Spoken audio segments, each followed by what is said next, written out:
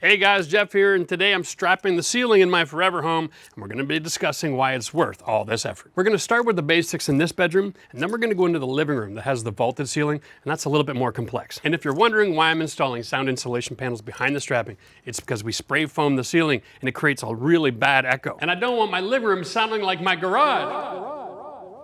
So before we get started with the work, we're going to introduce you to the material. This is what we call strapping. It is actually called 1x3 or 1x4. It is 3/4 of an inch thick. It comes in 8 and 12 foot lengths in the 1x3. For me, I find that the 1x3 is fine. Okay, 1x4 sometimes is nice in situations where you know you're going to have a drywall joint, and it leaves you lots of material here to get your screwing done. And if you're new or a beginner and you want to just make sure you've got lots of surface screw area because you think you might make mistakes, 1x4 can be a great option. I'm sitting in a room here, it's about 14 by 14, okay? So let's learn, first thing we want to learn here is where I live, we have drywall can come in 8, 10, and 12 foot lengths. Down in the States, you guys have access to 16s, which can make your life really difficult and easy at the same time. And the reason for that is 12-foot sheet of drywall installs on the ceiling like that. And then I've got to cut another piece. And then the way I'm going to drywall is the 12, the next time I'm going to alternate it. I'm going to stagger that joint, okay? And then again, the same thing. I'm going to bring that 12 this way and stagger that joint. And so what you're going to see is knowing how the drywallers are going to install helps you with your plan. So I'm definitely going to have a strapping right on that center line, okay? And same thing here, right on that center line. So the first thing we want to do is measure off from the corners, mark out these locations, throw a chalk line up on the ceiling, install those two straps, 1 and 2, off center so that the 1x3 provide a screw surface for each side of the drywall, okay? Once you have that in your mind, it's like, that's easy. After that, we're just going to throw up a strapping pretty much every 16 inches to fill the rest of the grid, because we do want to put a screw on the drywall. And this is the width of a drywall sheet, right? So we want to hit the edge, the middle, the other edge, and then you split the difference. So you end up with 5 screws per sheet. So what we have to do is have enough strapping to provide those screwing locations. And that's pretty much the whole complexity of the job. The hardest part is actually getting up on the ladder, measuring things out, chalking your lines, and getting that strapping in the right spot. Once you get that, you just want to set the depth setter on your nail gun to make sure that you're not blowing the nails all the way through the other side, and you're going to have it fastened in place. Or if you don't have a power nail gun, you can use a drill and just use some construction screws, okay, to install your strapping. There we go. Matt and I are just going to start marking out our lines here. Here's my 12-foot mark, okay? That's the center mark.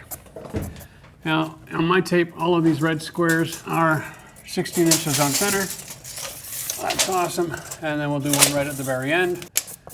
There we go. Because we're starting with strapping, we'll have our line, and then the strapping goes just to the left. There we go. But over here, the center mark, I'm going to take my tape now. Now, 1x3 is 2.5 inches. So that means I got to go 1 1/4 on my tape on my center line. And I'm going to mark this, and that's the 2.5. And that's where I want my strapping to go. When I'm putting it up, it's going to go right in that location. So my 12-foot drywall ends here, and I can put a screw on both sides, or both sheets. That's all we do. Now we're going to run it over here. Same thing for Matt at his end. Okay. Exactly. There we go. Big X. All right. Now we got to mark the other side of the room, assuming, of course, that everything is square. And it should be, because we were pretty diligent when we built to make sure the room is square. Again, same thing, putting in our locations here for the strapping, knowing that it's all going to go on the same side. And then there's my 12-foot, that's my center. So now we're going to set up the other ends of the room, and we'll snap all of our chalk lines. This is a really interesting ceiling. You would expect that because it's all done with pre-cut building materials and it's all assembled, everything should just sit perfect, but nothing's perfect in this world. Wood is not perfect. Assembly factories aren't perfect. Here we go. Let's check out our trusses. So the first 3, the outside and these 2, they're in great contact, nice and flat.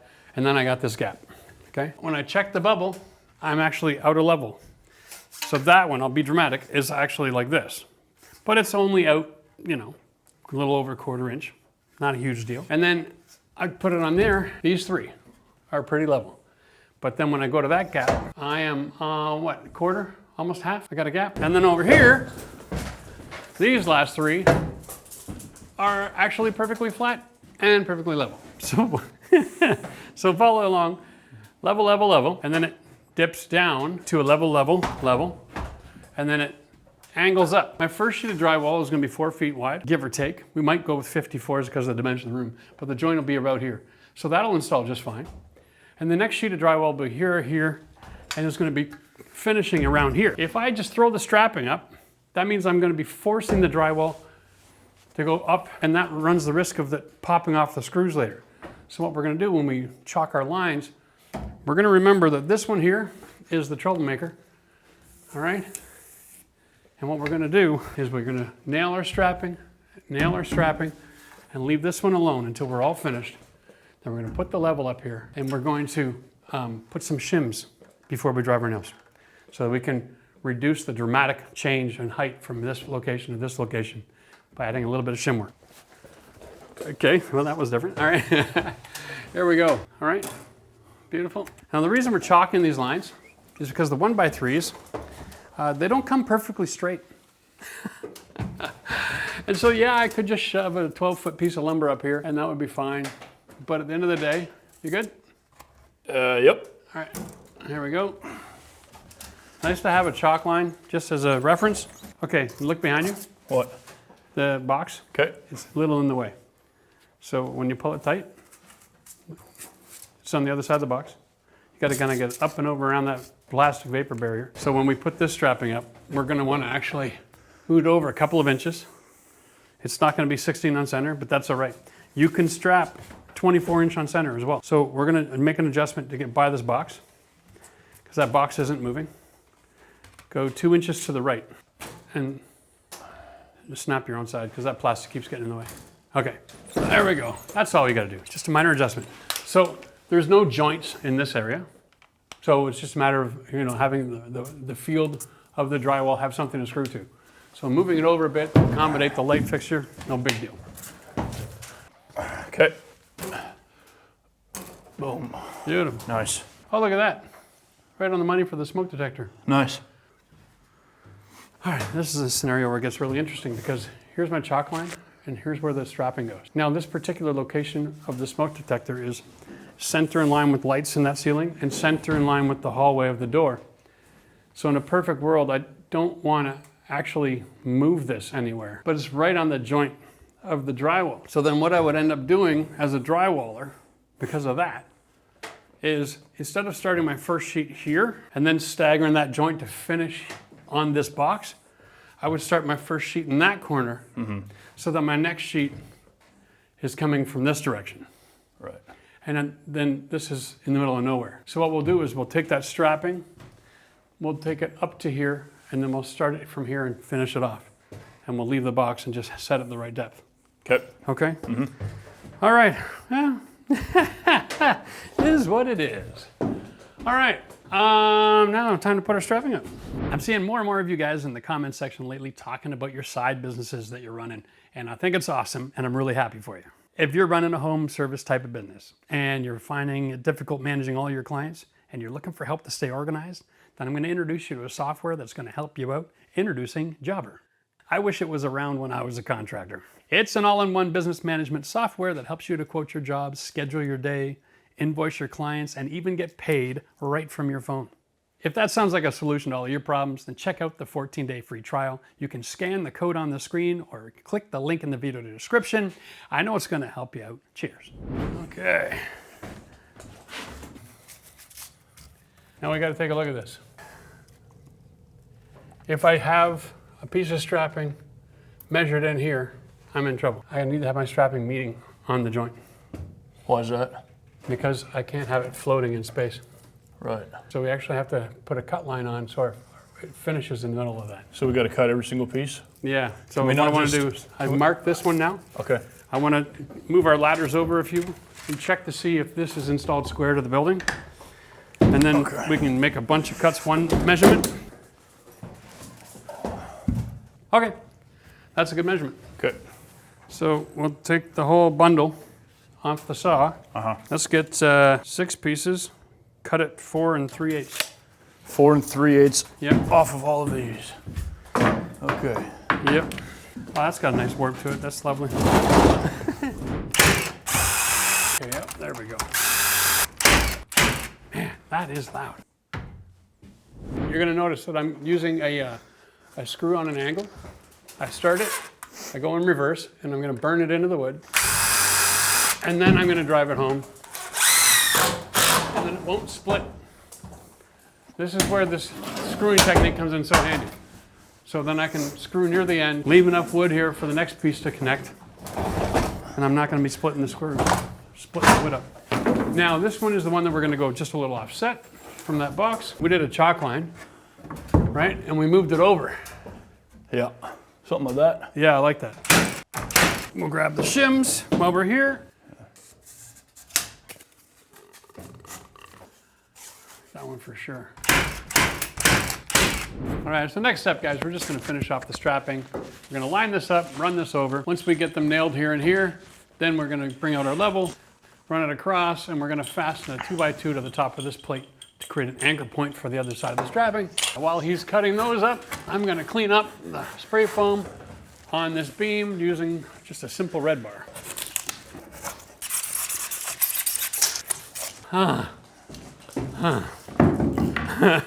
That was work, baby. Let's get this done. How come you're screwing those ones and not nailing them in? Because they'll always split. Oh, do they split? Yeah, this strapping is very thin, very weak, very dry. Always has an issue. All right, off you go. And then this one looks like it's bowing down a bit. Yeah, well, that's because the strapping is all messed up. That's what this is for. Okay, there you go. There's your contact. All right, beautiful. Mission accomplished. There's half the room. Sweet. Woo, this is a hockey stick. Look at that. Just nail it. Don't worry about it. Hockey This stick? is a hockey stick. Put it in. It's fine. Okay. So this one has got a bit of a split to it already. Do you have any like 2x4 chunks laying around? 2x2 No. chunks laying around? Can I get like an 8-inch chunk? Or a 6 is fine. So here we got a situation where the end of the board has got a big split in it. Trying to put a fastener in there isn't gonna work. So what I'm gonna do is I'm gonna put a piece of blocking above here so that I can get fasteners from further back into that block. Once we get this done in the next few minutes, we're jumping in the other room, and then we're gonna talk about those 3 things that you need to do, the 3 things that we get to take advantage of because we strap. There we are. Okay, well, boom.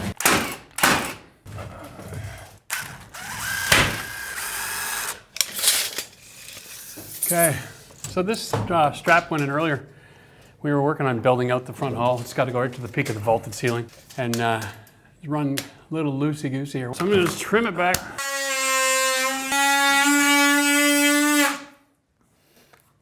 What in the heck? It's like bulletproof, this stuff.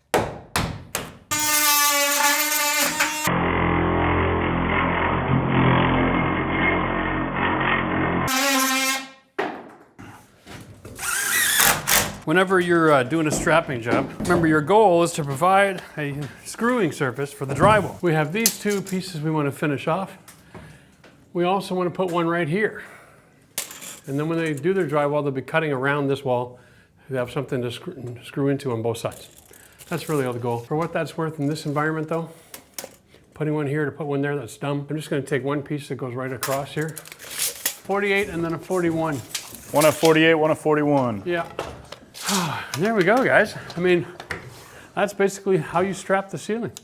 Now, if you're wondering, what's the advantage here? I get to put wood where my joints are gonna be. I get to have the ability to add shims where I need to so that I can level off my ceiling. And even at this point, because this is all nailed except for a couple of screws, if I come across here and I get up into that ceiling and I see a problem, I can just come along and level it off, throw in a shim, and tack it back up again. It's that simple. So get it up, use one nail for almost all of your surfaces. And if you have issues or warping or bending, you want to correct it, you can run around now with your big level, just check to see if anything else is wonky, right? Just because it's truss doesn't mean it's perfect. Now this doesn't follow the plan at all, and that's okay. Any drywall in the world is going to walk in here and look at that and go, oh yeah, he's just getting some backing for the corner, all right? no biggie, we're good to go. So for the majority of this project, we're 16 on center, we're fine. What the drywallers are gonna do is they're going to start on the ceiling, working from where they have a double plate, and they're gonna come across. And then when we are finished insulating, they come across with a marker, able to put a marker for where the middle of those are. So when they put the last sheet of drywall up and they can't see where the wood is, they'll have a mark. And that'll be that simple. Okay, now we can go to the vaulted ceiling.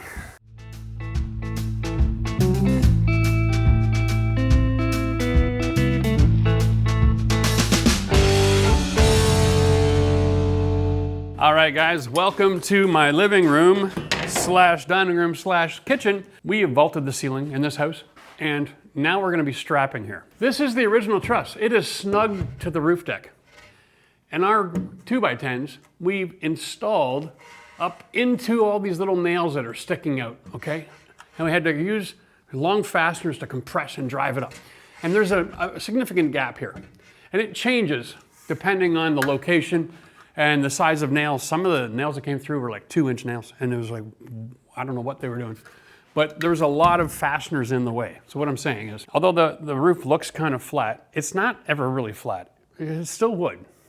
And so when we put in our system, combining the fact that we had fasteners in the way and all of that going on, and we didn't want to weaken the integrity of those nails by trying to cut them out or hammer them through the roof, we end up with a very uneven surface. We're gonna get you guys to understand the challenges that I'm facing here.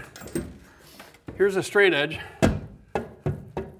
Okay, so this one is more proud than the two neighbors.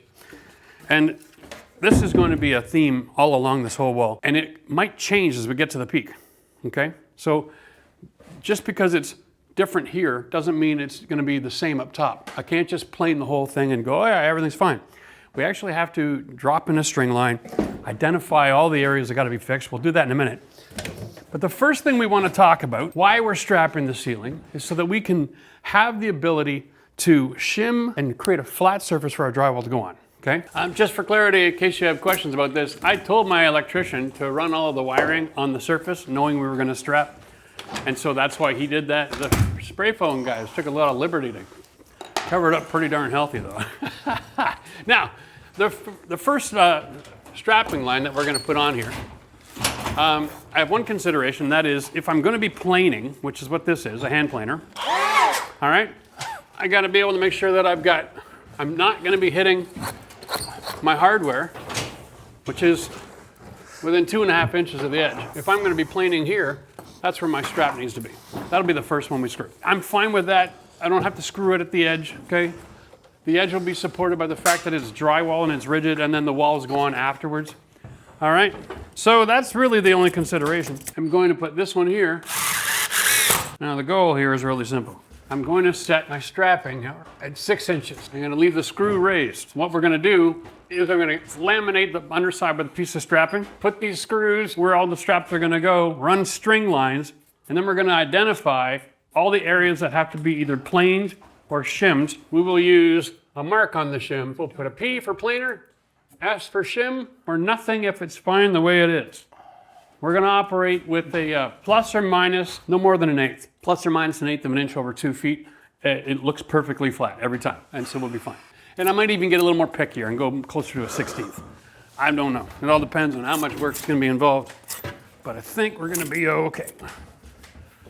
Here we are. I want to measure from here where my rafter is to 54 inches up this line. That is where my 54 center is. So that'll be roughly where the joint is. So I take this screw, this little short guy here, and I throw a screw on that. Leave enough room to tie a piece of string on it. And from there down this way, we're gonna go 12s, 24s, 36, and then that one will be just over 12. Now I'm gonna put a screw on these center lines here. I'll do the same to the other side. Can they get you to measure from where the rafter meets the wall? 54? Yeah, all Okay. right. Yep. Throw in the short screw, leaving the head raised like 1/8 so we can get the string line around it. There you go. So when we do run our line, it's not gonna be lifted off the wood, Right. okay? Yep. Now measure back from that screw head, 12, 12, and 12, and set the short screws the same way all along. So here's what we're going to use. This is a simple Mason line available at the local hardware store. What we're going to do is simply run this around all the screw heads back and forth across the room so that we can identify the high and low spots, make our marks. We'll write that information on the rafter itself, not on the 1x3s we just put in. And then once we have that, we'll be ready to start installing the strap. Throw that on the lowest screw. Okay. All right, coming across here. Hey.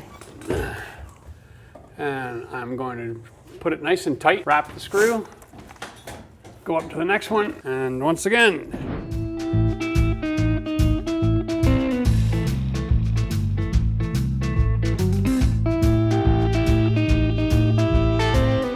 What are we going to do here, Matt? Because I've got this cut off piece, what I'm doing here is I'm going to just put this flat up here. I'm not touching the string, which means this one is recessed versus this one. Okay?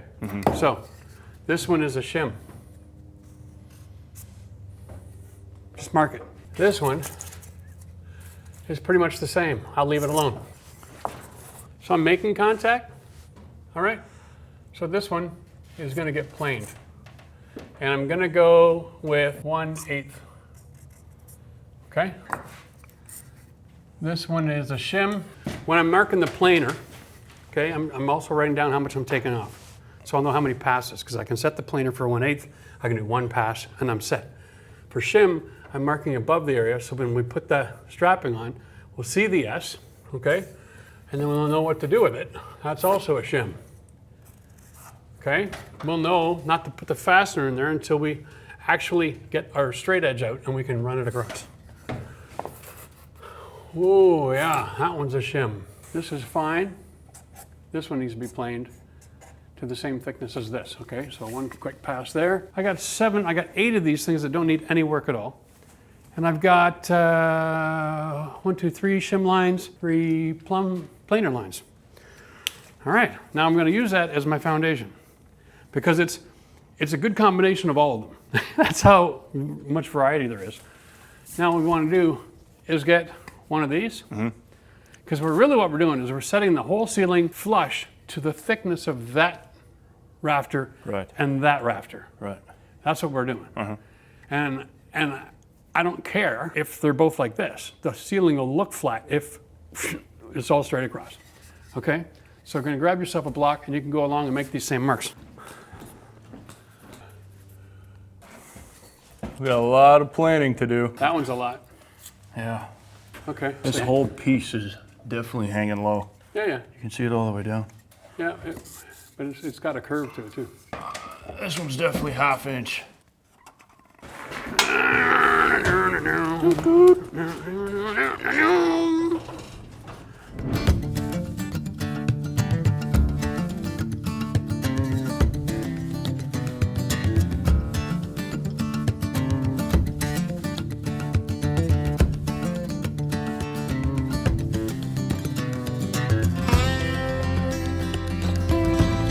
So we're touching. Again. Nope, not on my side over here. At the top on the right. Right here we are. Right there we're touching. And then we're touching on the right side of that. Touching over here on both of these doubles. Yep. I'm touching on this one pretty much. It's actually off a little bit. Okay. Okay, so we're finished running all of our string lines, and what we found is this area right here. This is actually making contact. Both of these. And what that means is that rafter is at the same depth as this rafter with the strapping already on, which is crazy, right? It's only a few feet apart. But that is how much these things are wonky. There is no rhyme or reason. So basically what we're gonna do is we're gonna build a suspended ceiling using this rafter and the one at the other end of the building as our constant parameter. It's got strapping attached to it, and then we ran all the string. So these strings are actually the flatness that we're looking for. So we're going to put up our strapping over this onto our tight locations, okay? And then we will use a level, a big box beam level, the 6-footer, and we'll go left and right with it. We'll strap it up, we'll screw it up, and then we'll back the screws out until it's flat. Because we measured off these screw locations are at the same height, we can actually use the level to confirm level all the way across. And then we will build down and use the level to create that flatness that we're looking for. We're gonna just get this done. We'll get started, and then it'll offend your mind, but then when we're all done, it'll make sense. Wow, yeah, these are really wonky. Okay, let's Did we want to start by planing our rafter first? You know what? Yeah, they got a point. And you know what? You have a really good point. I don't think us on the same ladder is a good idea with these 12-foot pieces. No? Did you want to bring the other ladder over there? Yeah, we need someone on the one side, the other person on this. Okay, you want to use that one? So then, yeah, I guess that is the one question. Is this wood sticking out enough that it's dropped that line? It's not usable. The only way to find out is to plane a little bit, and then we'll find out. That's no longer touching. That's good. Nice. Yeah, it was just a couple edges. All right, good. And we're going to go right to the wall. That is sweet. Okay, here, check this out. So here we go. I'm compressed here between positive contact there and where it was set to perfectly flush. These two screws are awesome. So now what I do is I take from here to where you are, Matt. We're good? Or does it need to come down a little bit more on the left? Your side's got to come down a little bit, maybe. No, mine's not coming down at all. Why? How perfect are you? We're between the lines, but we're touching the right line. Your side's got to come down a little bit, which means this. That looks like it's a little bit too far deep. Well, then let's just give it a shot. Crack that a little bit. All right. That's perfect. Now we have this as a constant, Yeah. going this way as well. So we can put a piece down here somewhere, across the middle. Yep. Get that one level, and then we've got something that we can set up and just fill. It'll be really quick. Sweet. All right, what we got to do is identify our 54s, because they actually got to go on the money. So we don't want to do them yet. Okay, this is this one here. Yeah. This is the one that we want to leave till the end. Here, let me explain that, okay? So we're going to save the 54-inch locations, which is where the two joints are of the drywall, which will get screws on both sides of that string line, because this marks the center of that. Okay, and that's the only one we really got to maintain. The rest of these, they can be offset. It doesn't matter. So how are we going to put the 54s in once the others are in? We need That's to remove. easy. I'll have the level. Oh, And I got you. right, Okay. we know the left side is perfect. That's our constant. We'll check the level here now. Whoop, there we are. From here to here. Wow. Between the lines, I'm within the 16th, that's fine. So now you're gonna go from here to there. Okay, and gotta go in a little bit. I'm just gonna leave it right on there. In a little bit? In, yeah. Okay. Got it, right on the money. Okay. That is just way too easy.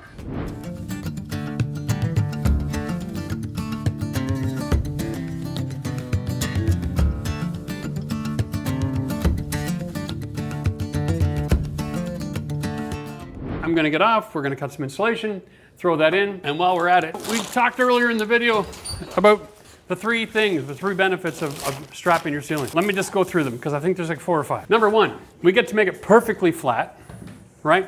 Number 2, we get to make sure, guarantee that there is wood where the joints of the drywall meet up. If we went vertical, it may hit or miss, depending on your framing. But now we get to guarantee we have wood where our joints line up. We also guarantee an airspace underneath. So at any time in the future, if we want to, we can run a wire and fish it through this empty cavity to put in new locations for lights. So let's say a year from now, we're all finished, we're hanging out, we're like, it's just a little dark in here. I wish we had more lights. No problem. We call up the electrician, we drill new locations in the ceiling, and we just fishes the wire over to the existing lights and ties in, because these are all LEDs. We can have up to 100 lights on the same circuit. So that solves that problem. It also is gonna hold the insulation in the ceiling, right? That's great. The other thing that the strapping is gonna do, it's gonna allow us the opportunity to drop laser lines through the room, okay? Find out where the dead center is for our beam, and then we are going to be able to hang a piece of strapping, drill a hole, and then have these wires sticking through the piece of wood with a hole, so that when the drywallers come, they'll know to cut the hole in their drywall right where that is. If I have it dangling here, they'll cut it here. And that could be 3 inches off. So once we're all done, we're gonna take the time to add a couple extra pieces of blocking, drop our laser lines, mark it, drill it, pull it, boom, perfect every time. So I need some 20s. Okay. It's 3 pieces to the top, just so you know. So 3 at 20. How rigid this stuff is compared to a bat of mineral wool, right? That's pretty awesome. So I'm gonna just measure off that. Yeah, we're good.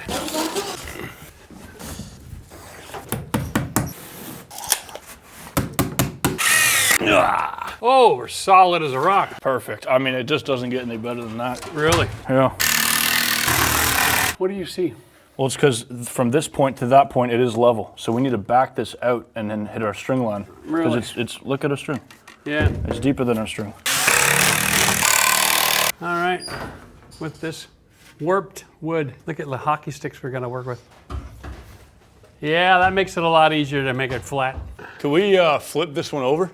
To where? It's hockey sticking toward the wire. I'd rather hockey stick away. Like that, you mean? Yeah. Yeah, sure. Okay. Good. Got it. Perfect. That is pretty sweet. There we go. There you go. Hey, dude. That was work. Painful. But is it ever going to be sexy? All right. So we're not done 100% yet. We have the odd screw to go. We're going to run our level up and down every one of these locations just to confirm that we're flat. By the end of the day, we will be plus or minus 1/16 of an inch on this entire 25-foot long by 14-foot wide ceiling. That is impressive. Remember, whenever you're renovating, you're working with somebody else's mistakes, somebody else's bad building science, and somebody else's poor code. You really want to take the time to make sure before you close up and get that drywall on that you've created a surface that is going to be perfect. Because if you're hiring drywallers especially, and you're hiring tapers, if you don't prep it the way that they want it prepped so that they show up, they are going to back charge you and overcharge you, and they're going to be like, you're going to have to give me an extra $1,000 cash before I even walk on that job because you did a lousy job strapping your ceiling. Strapping fixes everybody else's mistakes and prepares a perfect surface for moving forward. Without it, you're just guessing.